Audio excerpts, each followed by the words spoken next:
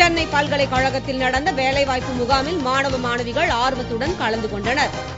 கல்லூரி படிப்பை முடிக்கும் மாணவர்கள் அடுத்ததாக எதிர்பார்ப்பது நல்ல வேலையை தான். சென்னை பல்கலைக்கழகத்தில் நடைபெற்ற வேலைவாய்ப்பு முகாமில் பட்டப்படிப்பை முடித்த நூற்றுக்கணக்கான மாணவர்கள் கலந்து கொண்டனர். கலை மற்றும் அறிவியல் துறையில் பட்டம் பெற்ற மாணவ மாணவிகளுக்கு முதல் கட்டமாக எழுத்துத் தேர்வு நடைபெற்றது.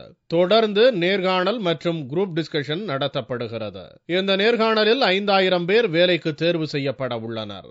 இப்போ நடக்கிற முகாம் பாத்தீங்கன்னா ஜாப் ஃபேர் 2010 பாஸ் அவுட்ஸ்க்கு. ஸோ இது டிப்பிக்கல் கால் சென்டர் கிடையாது. இது high and job with value added services. So அந்த மாதிரி ஜாப் தான் பண்ணிட்டு இருக்கோம். நான் அடுத்ததில் இன்னும் 5000 பேர் எடுக்கணும் இந்த மாதிரி ஜாப் பண்றதுக்கு.